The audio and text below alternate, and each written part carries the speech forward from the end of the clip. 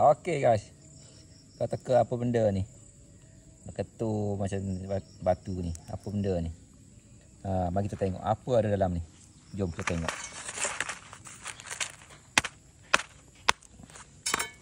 Apa dia dalam ni ada ni? Ya. Tengok, ini adalah permaisuri anak-anak. Begitu baik sekali dia jaga ibu dia. Permaisuri dia. Tangan begitu tebal, kebal sekali. Dalam busuk. Aku jumpa dalam busuk ni. Okay, pemancing-pemancing suka ambil ni. Dapatkan untuk buat mancing. Tengok begitu tebal ni. Okay. Cuma ada lubang udara sikit je ada. Pengasuh-pengasuh dia jaga. Dia punya permaisuri. Okay. Ni dia.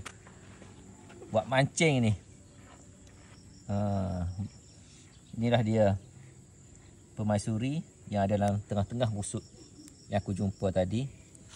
Kita share sini. Tengok dia punya kualiti. Tebal sekali, kebal sekali. Dia bina untuk lindungi permaisuri dia. Okay, itu saja guys. Thank you.